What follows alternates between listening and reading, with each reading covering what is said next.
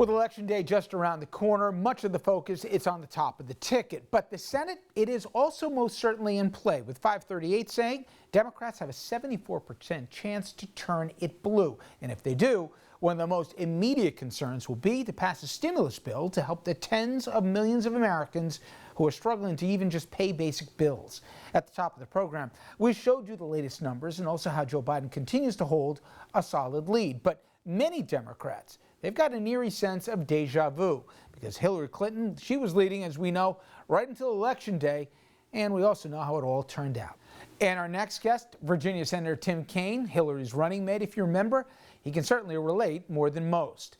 RFL's D.C. field producer Annie Anderson, she caught up with the senator in Richmond, Virginia today.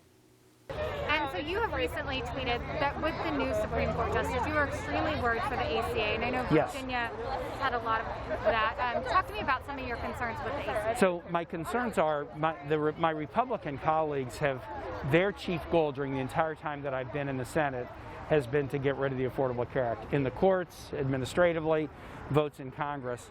And when this Supreme Court vacancy opened up on September 18th, the Republicans had told us and the American people during a presidential election year, we won't fill the vacancy till after the election.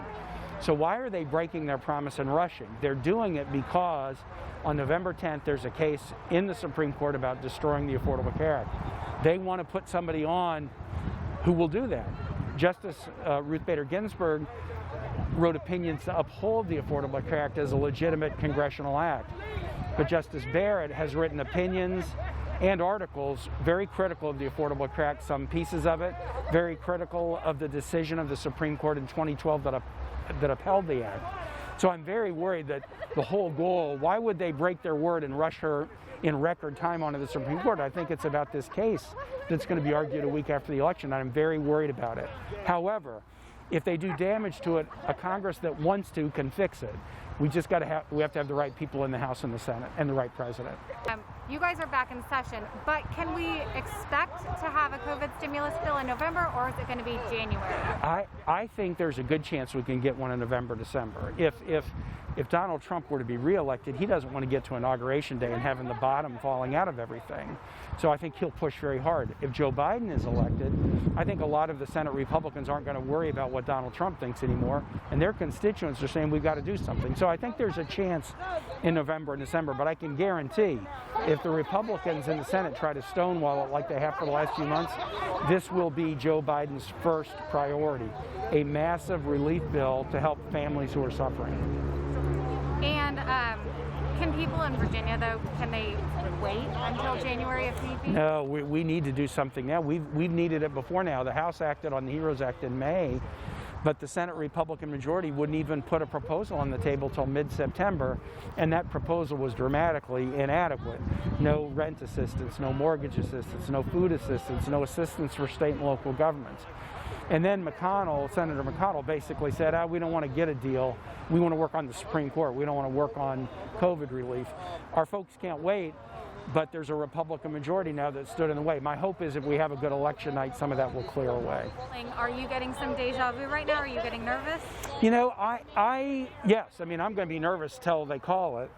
You know, I was among the more, I thought we would win on Election Day, but I was more skeptical than most. And I was skeptical for a really simple reason. I remember telling Hillary a lot, I don't care what the polls say, we've never elected a woman president, which means that it's hard. If it had been easy, it would have been done. So until you're the winner, you're the underdog. And I could see, I watched the news during my campaign and would watch President Trump leading people in chants of lock her up and stuff like this. I saw the double standards apply to a woman presidential candidate. So I was nervous. The polls now are better and more consistent for Joe than they were 4 years ago.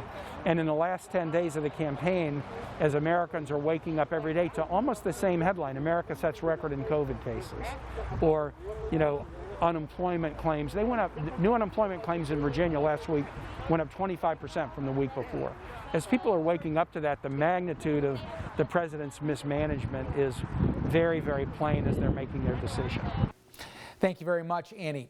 Coming up next, after more than 30 years, Nita Lowey, she's retiring from Congress this year. I spoke with the Congresswoman about her career, how D.C. has changed over the years, and what she's expecting to see on election night.